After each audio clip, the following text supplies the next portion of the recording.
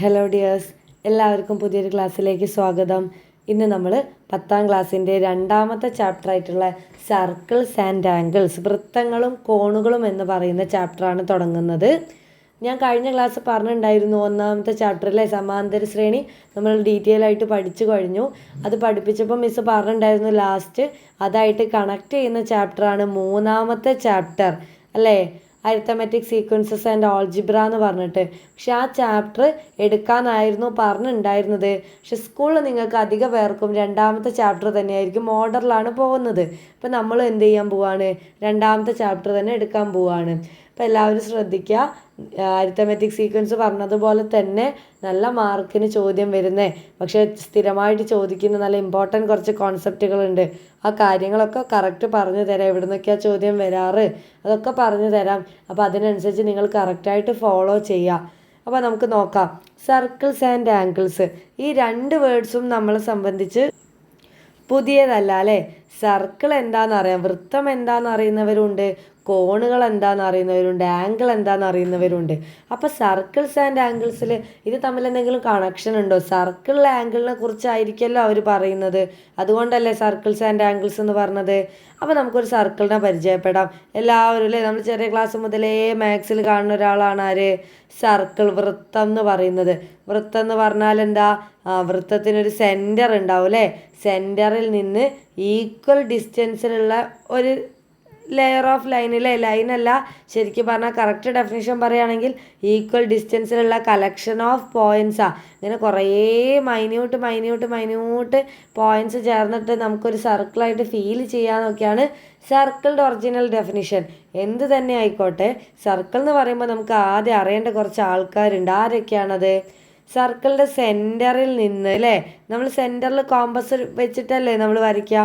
ഈ സെൻറ്ററിൽ നിന്ന് സർക്കിളിൽ ഒരു പോയിന്റിലേക്കുള്ള ഈ ഡിസ്റ്റൻസ് ആണ് ആര്, റേഡിയസ് എന്ന് പറയുന്നത്. അതറിയാത്തവരില്ലല്ലോ. റേഡിയസ് അഥവാ ആരെന്ന് പറയും, ശരിയല്ലേ. ഇനി സർക്കിളിൻ്റെ സെൻറ്ററിൽ നിന്ന് മുഴുവൻ വരയാണ് അല്ലേ, അതായത് സർക്കിളിലെ വൃത്തത്തിലെ ഒരു പോയിന്റിൽ നിന്ന് കേന്ദ്രത്തിലൂടെ കടന്നു പോയി മറ്റേ പോയിന്റിലെത്തുന്ന ഈ മൊത്തം നീളം അല്ലേ, ഇതുവരെ ആരം, ഇതും ആരം. ഇപ്പം രണ്ടാരങ്ങൾ ചേർന്ന് ഈ വലിയ വരയെ നമ്മൾ വിളിക്കുന്ന പേരാണെന്ത്, വ്യാസം. എന്താ വിളിക്കുക? വ്യാസം. അല്ലെങ്കിൽ നമുക്ക് എന്ത് വിളിക്കാം, ഡയമീറ്റർ എന്ന് വിളിക്കാം. ഓക്കെ, മൊത്തം നീളത്തിന് കേട്ടോ, മാർക്ക് ചെയ്യുന്നില്ല. ഡയമീറ്റർ അല്ലെങ്കിൽ അതായത് ആരം 5 ആണെങ്കിൽ ഡയമീറ്റർ എത്ര ഉണ്ടാവും, അതിൻ്റെ ഡബിൾ ഉണ്ടാവും അല്ലേ. ആരത്തിൻ്റെ ഡബിൾ വരും വ്യാസം. അതായത് റേഡിയസ് 5 ആണെങ്കിൽ ഇത് ഇവിടെ വരെ വരൂലേ, ഇപ്പോൾ 5ഉം 5ഉം ടോട്ടൽ 10 വരും.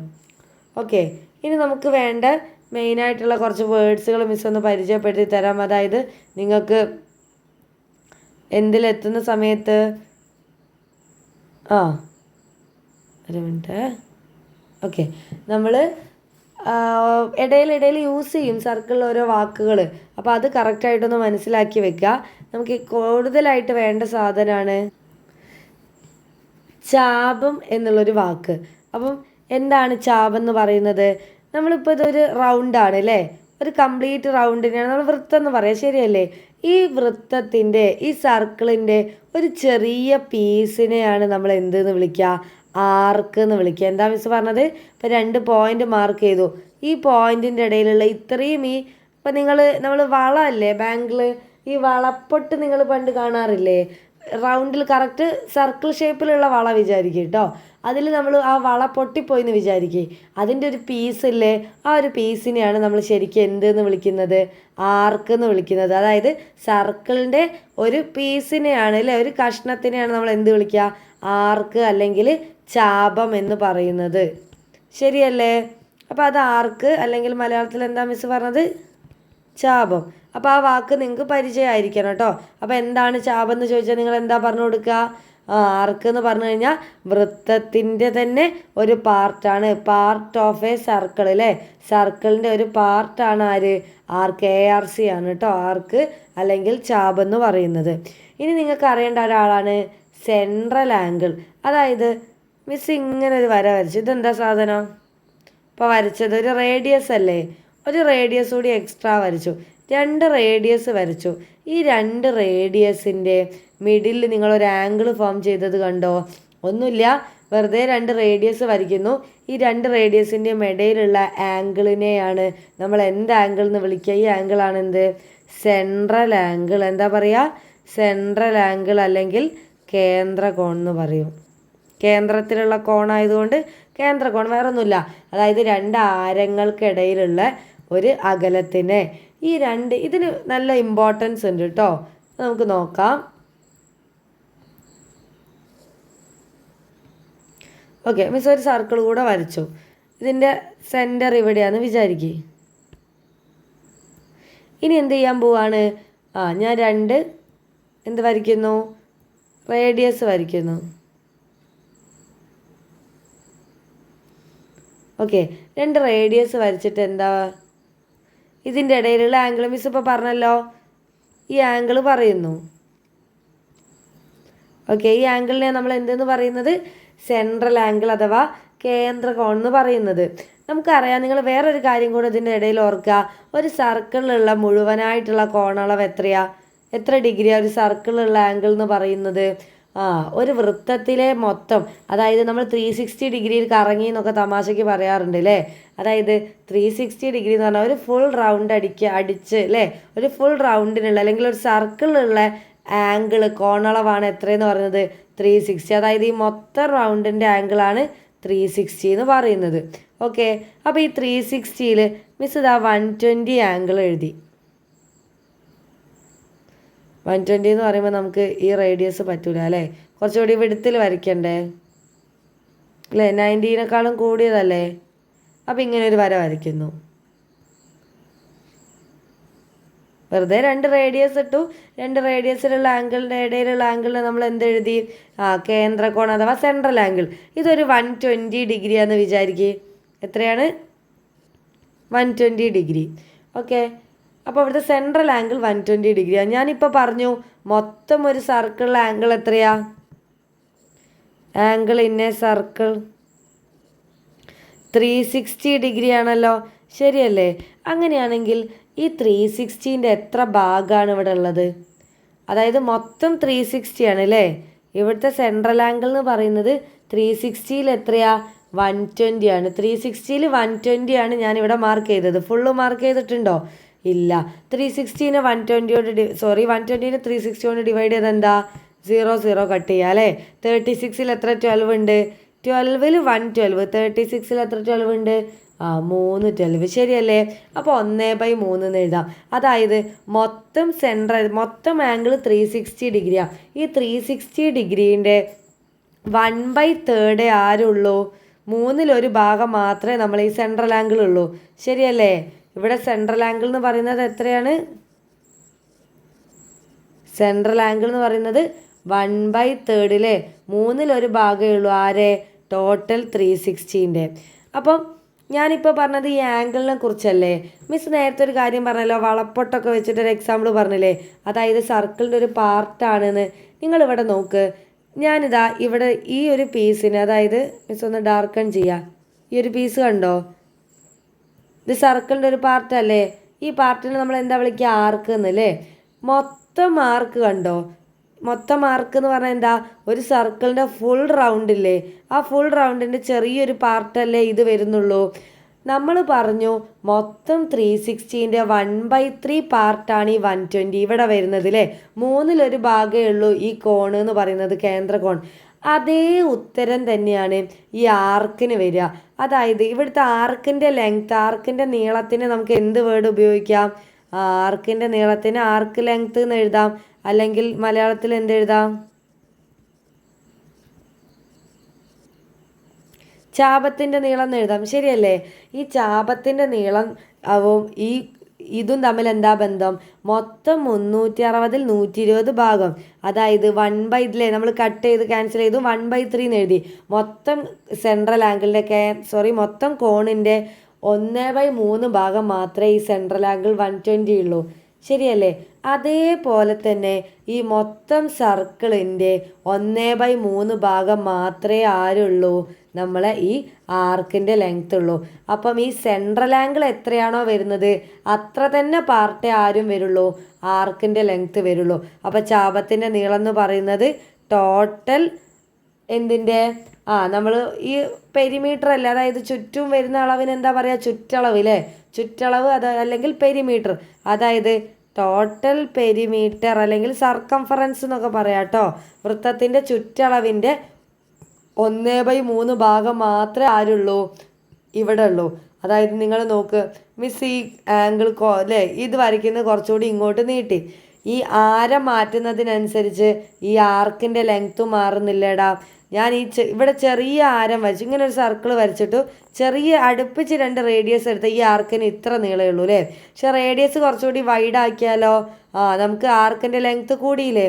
അതായത് നമ്മൾ ഇവിടെ എടുക്കുന്ന ഈ ആംഗിളിനനുസരിച്ച് ആര് വരും, നമ്മളെ ആർക്കിൻ്റെ ലെങ്ത്തും വരും. അപ്പോൾ ഒരു എക്സാമ്പിൾ കാണിക്കാനാണ് 120 എടുത്തത്. 120 എന്ന് പറയുന്നത് മൊത്തം ആംഗിളിൻ്റെ 1/3 പാർട്ടാണ്.